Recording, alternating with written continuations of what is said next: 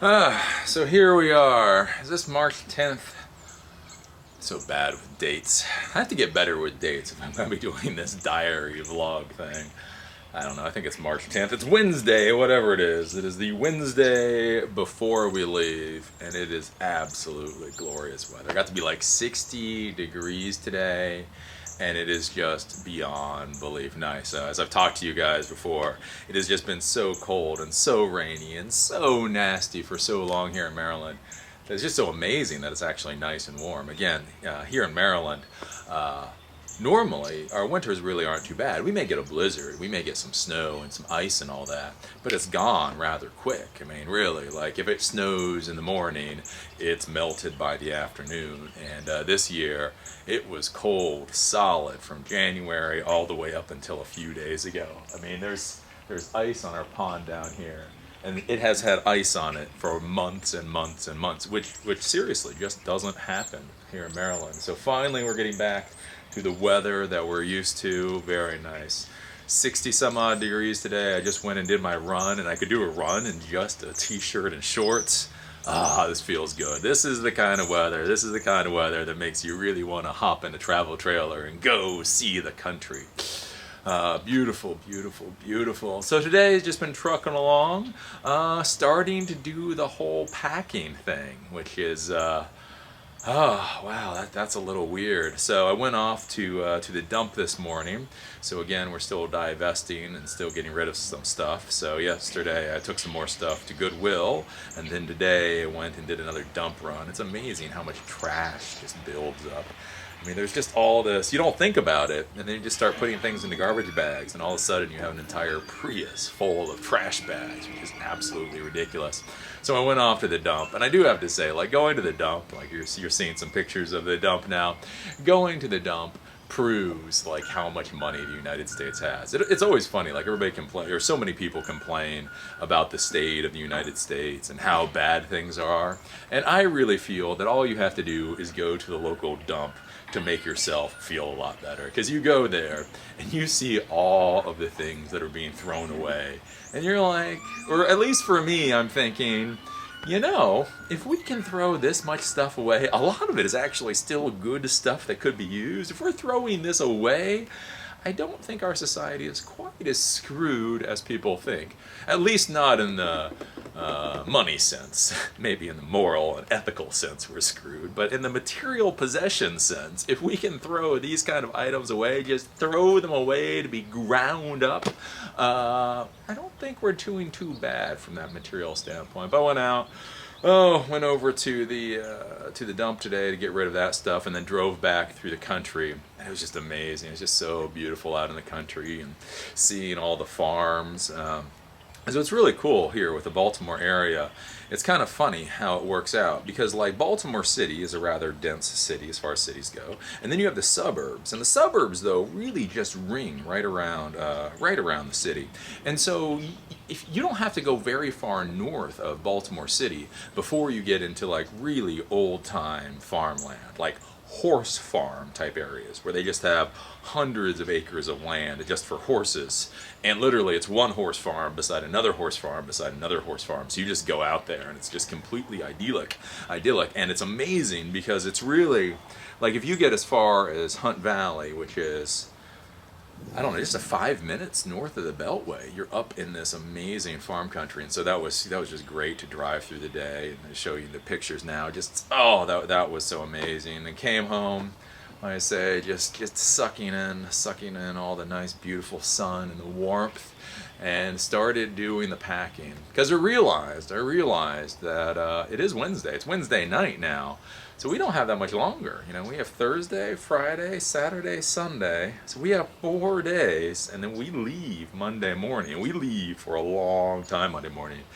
If you go for a vacation, it's not too bad. If you go for a week or 2 weeks somewhere and you forget something, who cares? If you're going for a year and you forget something, that could be a problem. So going through and so what I'm doing right now is I'm paring myself, all my material possessions, I'm paring myself down to only the items I will be taking. So I've taken all of my clothes, and so the clothes that I'm going to be taking, I've put on my bed and I basically laid out so I know I'm going to take them. And then all of the other clothes I'm putting away.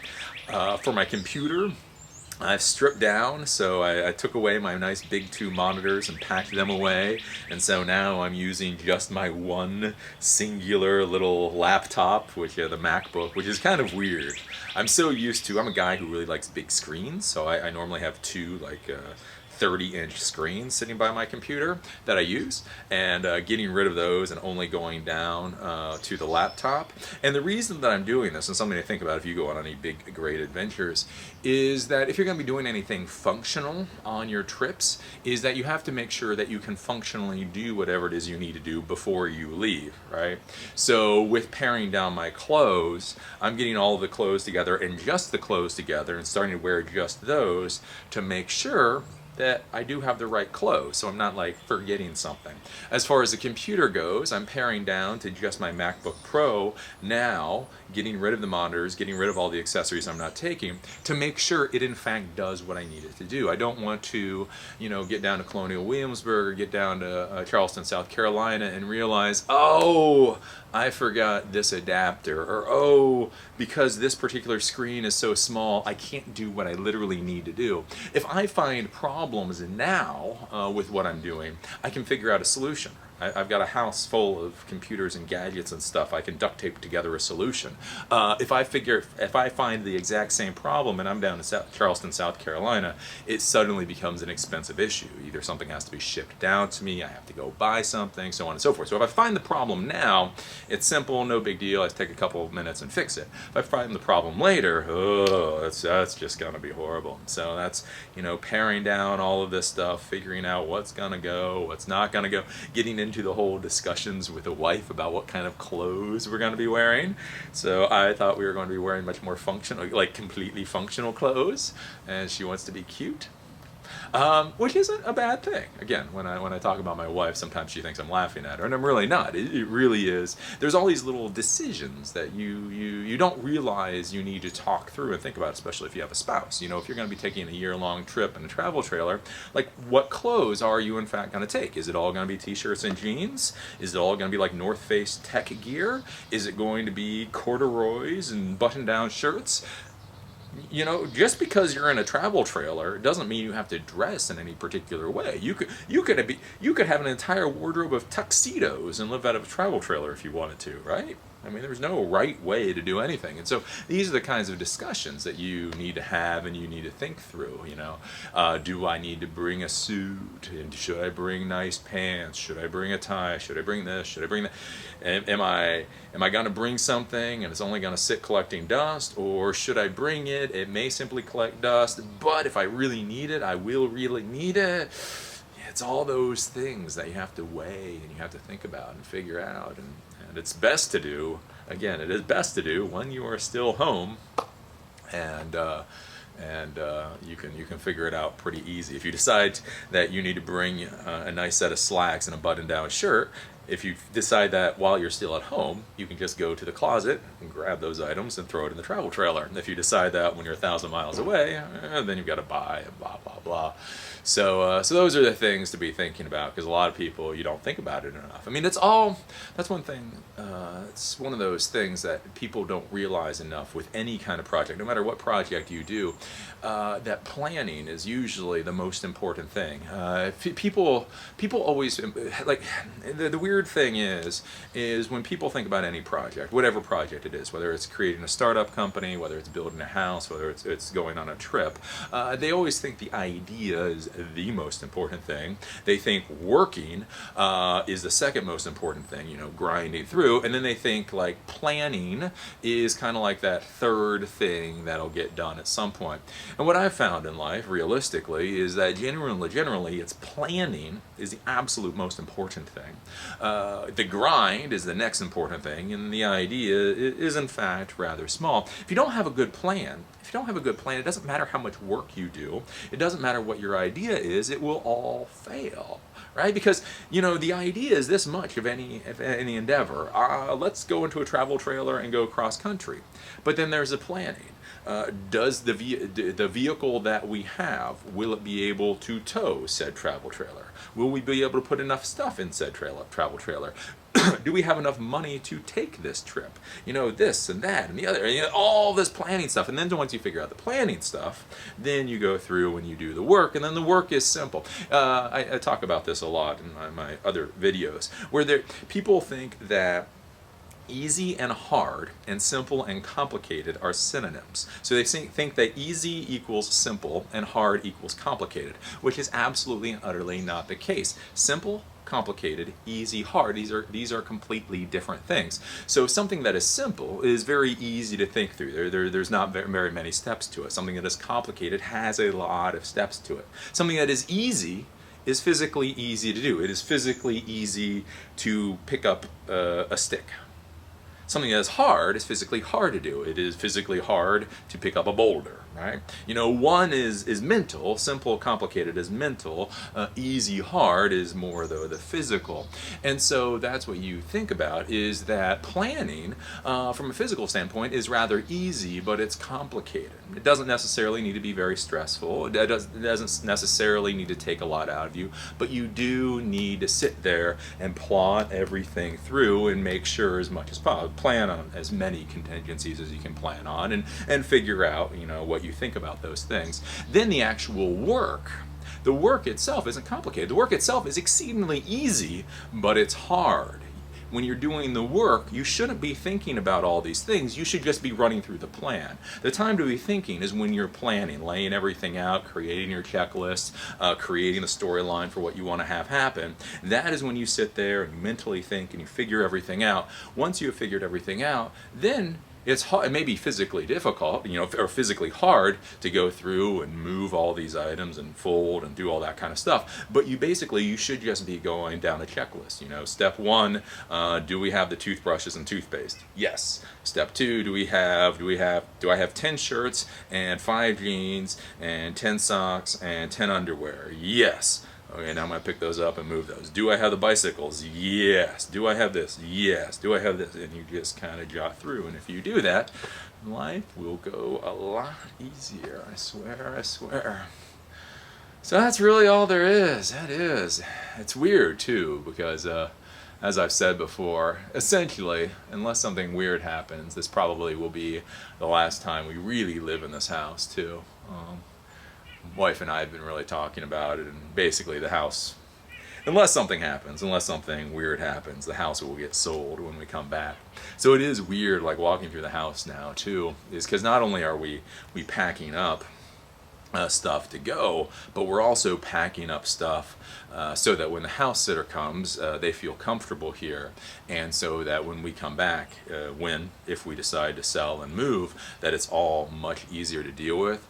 So it's funny, like walking through this house, and there's all those weird little things, like when you're moving out of somewhere. I have a trash can upstairs, and so I was filling the trash can full of trash, and the trash bag was full, so I tied it up and took it downstairs. But then I didn't have another trash bag ready, so now there's trash kind of literally right around the trash can, just because I haven't gotten around to it.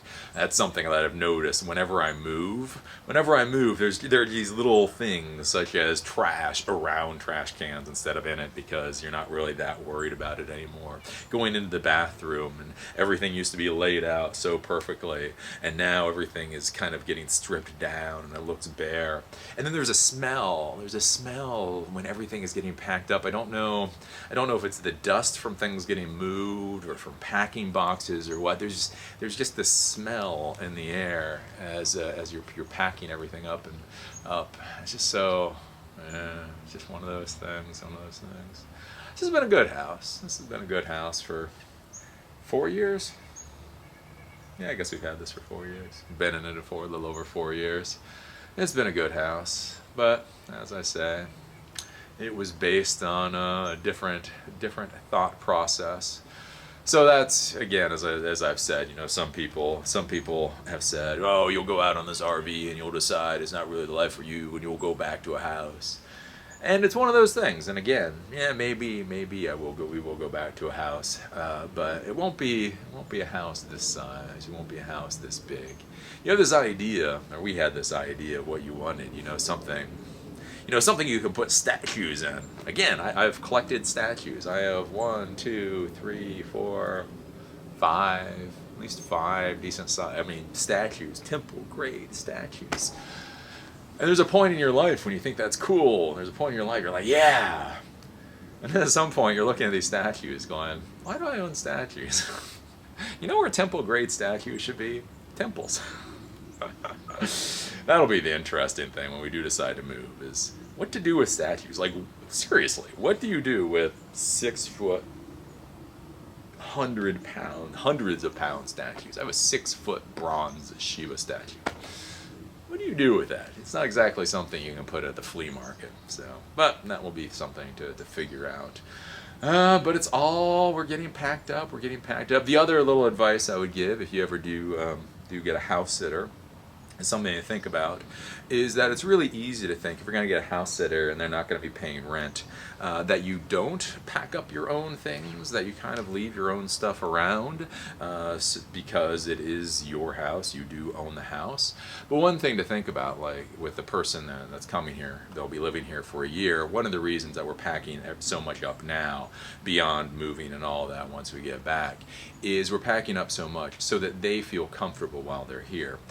It's one of those things where when you offer somebody free rent somewhere, it's very easy for them to agree to it without, again, not fully thinking through what that will mean. And so many times I've seen this with friends of mine that have done things like house sitting, where they're going to be someplace for months, for a long time, and they house sit and it's free, but then they're there for that long period of time and they never really feel like it's their home. They never really feel like it's their place where they feel comfortable and relaxed, and so they're always a little uptight, and a lot of times they'll actually stop house sitting for free simply because they want a place to call their own.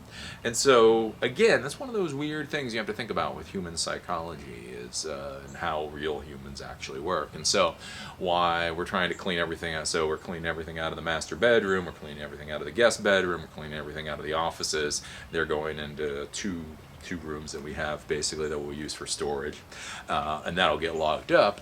And so the idea is they can come in here and they can feel comfortable. If they would like to put a couple pictures on the wall, they can put a couple of pictures on the wall. If they can put all their, if they want to put their clothes in this dresser or that dresser, or in this closet or that closet, they can do it. They feel comfortable.